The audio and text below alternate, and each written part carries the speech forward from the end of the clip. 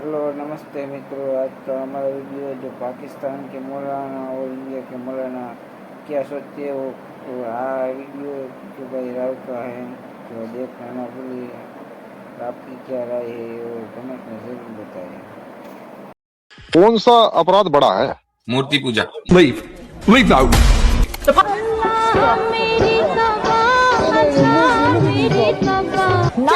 तौबा तौबा। कैसी हो किटकैट्स? आई होप अच्छी होगी। मैं भी अच्छी हूँ। काफी दिन से आप लोग बोल रहे थे कि अपने देश पर भी ध्यान दे ले, अपने देश के बारे में भी बता दे कि क्या चल रहा है। तो अपने देश में सिर्फ एक ही चीज चल रही है और वो बताएगी मैडम अरफा आंटी जी, जो कि 4 घंटे अफीम खाकर आई थी ना, उसका नशा अभी तक बरकरार है, नशा उतरा नहीं है। भारत में मुसलमान सुबह उठता है, न वो दांत मांजता है, न वो चाय पीता है, न वो नहाता है, वो दफ्तर भी नहीं जाता। लानत है तुम लोग पे, लानत। सुबह उठकर सिर्फ एक काम करता है। वो क्या? वो लैंड जिहाद करता है, लव जिहाद करता है, थूक जिहाद करता है, यूपीएससी जिहाद करता है और अब कॉर्पोरेट जिहाद भी कर रहा है। भारत के जो टॉप मोस्ट कॉर्पोरेट हाउसेज हैं, वहां जाकर पहले पढ़ता लिखता है, फिर वहां नौकरी हासिल करता है और फिर वहां उन दफ्तरों में जो काम करने वाली लड़कियां हैं, उनका धर्म परिवर्तन करता है, उनसे प्रेम करता है। प्रेम करने के बाद उनके साथ यौन संबंध बनाता है, यौन संबंध बनाने के बाद उन्हें ब्लैकमेल करता है और ब्लैकमेल करने के बाद फिर उनका धर्म परिवर्तन। यही अल्टीमेट ऑब्जेक्टिव है। देख रहे हो अफीम का असर? झूठ की दुकान आज कितना सच बोल रही है। भारत का मुसलमान कोई आम इंसान नहीं है, आम लोगों की तरह वो जिंदगी नहीं जीता। वो सिर्फ एक काम करता है, उसका मकसद है लोगों का और खासकर हिंदू महिलाओं का धर्म परिवर्तन कर। अच्छा, हो सकता है ये आरफा आंटी जी सच नहीं बोल रही हो, विक्टिम कार्ड खेल रही हो, ताने मार रही हो, अपने आप को रोस्टर समझ रही हो। तो जरा मैं इसको एक वीडियो दिखाना चाहती हूँ, जिसको देखने के बाद शायद इसका जो ये मुंह बंद हो जाए और जो इसकी बंद अकल है ना, वो खुल जाए।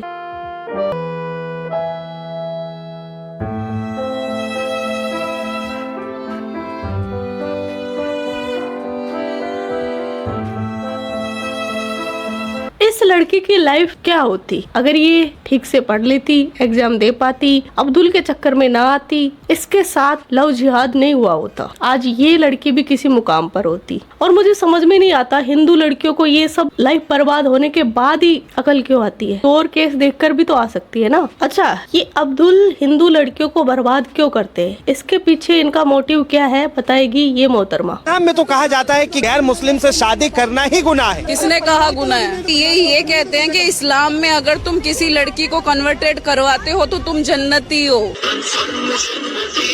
अपने जन्नत के रास्ते खोल रहे हैं और ये इंडिया को जो गजवाए हिंद बनाने का सोच रहे हैं, सबसे बड़ा एजेंडा इनका यही है। जितनी ज्यादा हिंदू लड़कियों को ये कन्वर्ट करेंगे, उतनी इनको जन्नत में जाने की कंफर्म टिकट बुक होगी और गजवा हिंद का सपना देखते हैं। भारत का मुसलमान चाहता है कि हिंदू लड़कियां तैमूर, जहांगीर, अलाउद्दीन खिलजी पैदा करे, जस्ट लाइक करीना कपूर। तीसरी बार प्रेग्नेंट हो गई है मोहतरमा। पता नहीं पूरा जो बाबर का खानदान है वो पैदा करके रहेगी क्या। अभी मौलाना बताएगा कि दुनिया का सबसे बड़ा गुनाह क्या है। ये मान लीजिए 2 आदमी बैठे हुए अपराध कर रहे हैं। एक व्यक्ति तो मूर्ति पूजा कर रहा हुआ बैठा और एक व्यक्ति बैठा हुआ किसी बच्चे का बलात्कार कर रहा है। कौन सा अपराध बड़ा है? मूर्ति पूजा। क्या? मूर्ति पूजा। बस ये देखना था। धन्यवाद मुफ्ती साहब। इनकी आसमानी किताब में भी यही लिखा है। अच्छी बात ये है कि कोई मौलाना इसको कबूल तो कर रहा है, मीडिया के सामने बता तो रहा है कि इनके लिए मूर्ति पूजा सबसे बड़ा गुनाह है, मूर्ति पूजा करने वाले सबसे बड़े गुनहगार। तो इनके क्राइम होता ही नहीं है, तभी तो अपनी बीवी को पाक पवित्र साफ सुथरी बनाने के लिए दूसरे मौलाना से हलाला करवाते हैं। अब जिन लोगों को हलाला नहीं पता, उनको मैं जरा बताना चाहती हूँ। मानो मौलाना एक्स की बेगम का मौलाना एक्स के साथ हल्का फुल्का विवाद हो गया और मौलाना एक्स ने गुस्से में आकर 3 बार तलाक दे दिया। मौलाना के 6, 7, 8, 10, 12 बच्चे भी हैं। अब बीवी चली गई, लेकिन बीवी को पता चला कि दूसरे की शरान को कौन पालेगा, तो वापस से मौलाना एक्स के पास आना चाहती है। लेकिन मौलाना एक्स के पास वापस आने के लिए उसको मौलाना वाई के साथ सेक्स करना पड़ेगा, तब होगी वो पाक। और मौलाना वाई का अगर दिल आ गया उस पर, वो उसको तलाक ना दे तो जितनी दिन भी रखता है, उसके बाद फिर वो वापस आएगी मौलाना एक्स के पास। इस पूरी प्रक्रिया से जो मुस्लिम खातूनें हैं वो हराम हो चुकी होती है, लेकिन इसके बाद हलाल हो जाती है। ये हमारी बहुत बड़ी अचीवमेंट। हमें क्या,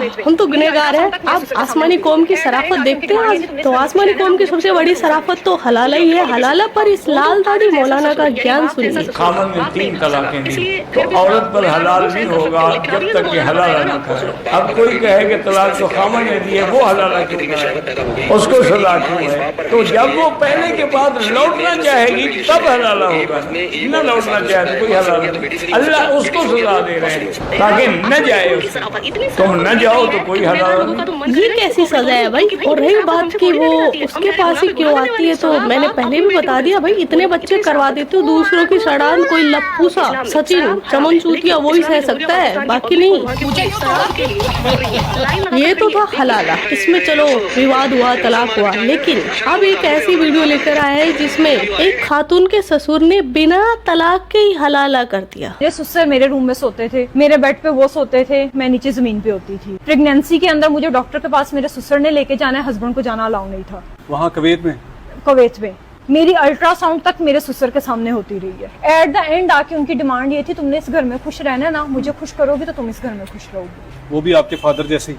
हाँ, वो तो फादर जैसा ससुर यानी बाप जैसा ससुर था, बाप नहीं था सगा, इसलिए फिर भी थोड़ा गुनहगार लोगों सहन कर सकते हो। लेकिन अब ये जो मौलाना बताएगा ना वो सुनो। बाप अगर बेटी को इस तरह से प्यार करे और खुदा न ख्वास्ता बाप के दिल में शहवत पैदा हो गई तो उस बेटी की माँ इस बाप पर हमेशा के लिए हराम हो जाती है। शरीयत में जो सेक्सुअल रिलेशन है वो एक वक्त में एक औरत के साथ हो सकता है, माँ से हो गया तो बेटी से नहीं हो सकता, बेटी से हो गया तो माँ से नहीं हो सकता। देख रहे हो आसमानी कौम की शराफत, इतनी शराफत भरी पड़ी है कि गुनहगार लोगों का तो मन करेगा इसकी खोपड़ी तोड़ दूं, क्योंकि भाई इतनी शराफत हमसे थोड़ी ले ली जाती है। हम ठहरे गुनाह पे गुनाह करने वाले, सगा बाप अपनी बेटी को पहल सकता है, बोलो इतनी शराफत।